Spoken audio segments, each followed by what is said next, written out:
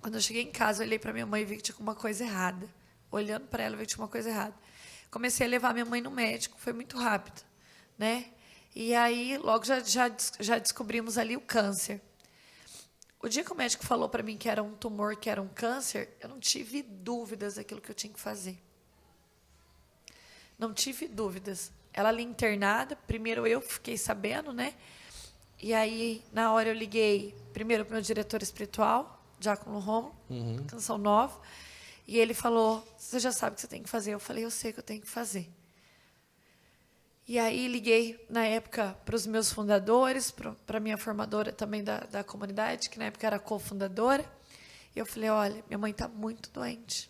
Estou pegando minhas coisas, estou voltando para casa, eu vou cuidar dela. E eles me abençoaram, ficaram comigo ali na minha decisão, sem saber, porque nesse dia eu não falei que era câncer, eles não sabiam. Sim. Mas a comunidade sempre confiou muito em mim. Pode ir, Priscila, faz o que precisa ser feito. Voltei para casa, foi assim, ó, saí do hospital, passei na comunidade de vida, peguei todas as minhas coisas, joguei na mala, fui para casa sem saber o que aconteceu. E naquele dia eu entendi que a nação que Jesus estava me dando não era Portugal, era minha mãe, era minha casa, minha família. E aí fui cuidar da minha mãe. E já cuidando dela ali, eu cuidei dela há 6 meses. Do dia mesmo que a gente descobriu o tumor, ao dia da morte, deu 3 meses. Nossa, foi muito rápido. Foi muito rápido. Como amigo. ela recebeu a notícia? Amigo, minha mãe era uma mulher muito de Deus, assim. E ela chorou em 2 momentos só da doença. E o dia que eu falei para ela que ela estava com câncer, que ela estava com tumor, que era sério, e que ela precisava até uma cirurgia de emergência. Meu Deus, Guto, aquela mulher cheia do Espírito Santo. Uma mulher de fé, sabe? E ela recebeu a notícia. Nós vamos. Foi para a sala de cirurgia, fazer a cirurgia. Fez, lutou como uma guerreira de Deus, sabe? Nunca vi ela reclamar. Em nenhum momento ela murmurou. Em nenhum momento ela questionou a Deus. Sempre ali, ó, dentro de toda a vontade e permissão de Deus.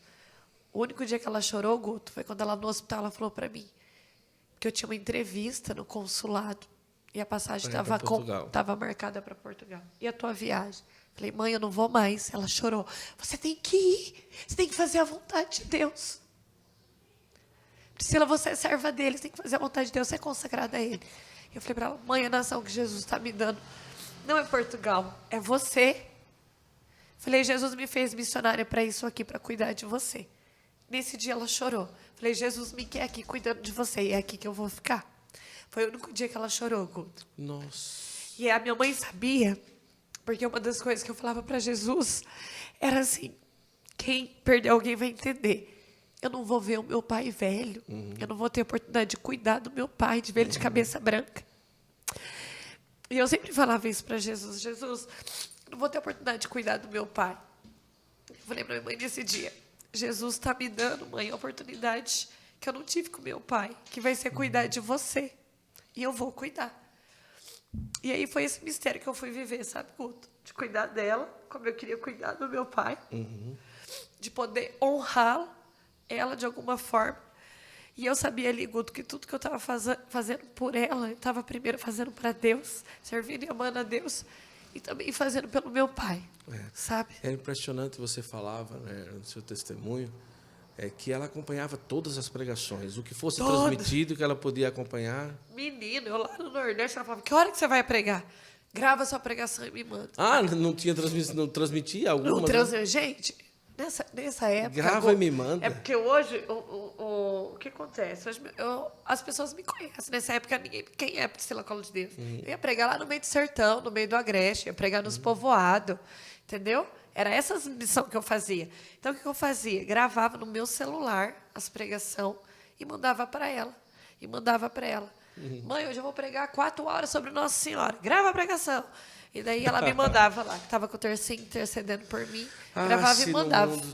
Se no mundo, e eu falo aqui para todo mundo que está em casa assistindo, seja onde estiver, a gente conseguisse criar essa consciência. Né? Quantos pais que sonham que o filho seja médico, jogador de futebol, e artista, ou atriz, ou advogado, ou alguma coisa, e se os pais tivessem o coração que sua mãe teve, que sonhou que a filha fosse missionária.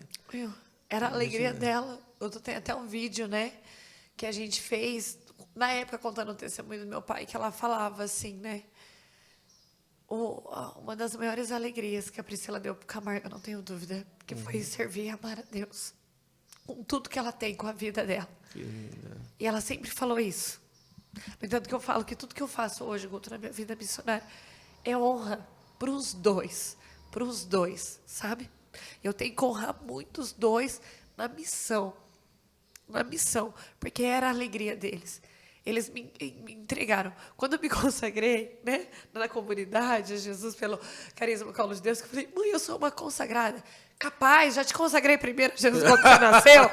Aí, quando eu fui me consagrar a Nossa Senhora à escravidão, capaz, já te consagrei a Nossa Senhora há muito tempo. E era engraçado, porque eu chegava, eu falava, chegava assim, às vezes, da missão, eu ligava para ela, mãe, Deus falou para mim que eu sou profeta, que eu ia partilhando com ela o que Deus ia falando comigo, Guto. Ela falava assim, ela já sabia, ela falava, ontem eu estava rezando, Deus falou isso.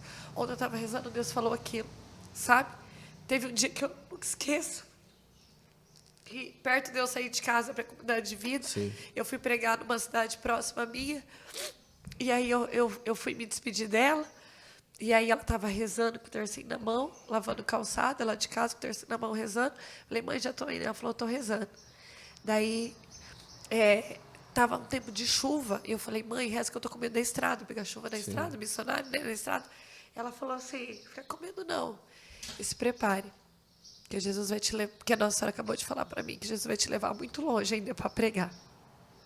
Mal sabia eu que ia pregar lá para o Nordeste afora. Sim. Nessa época eu nem fazia ideia.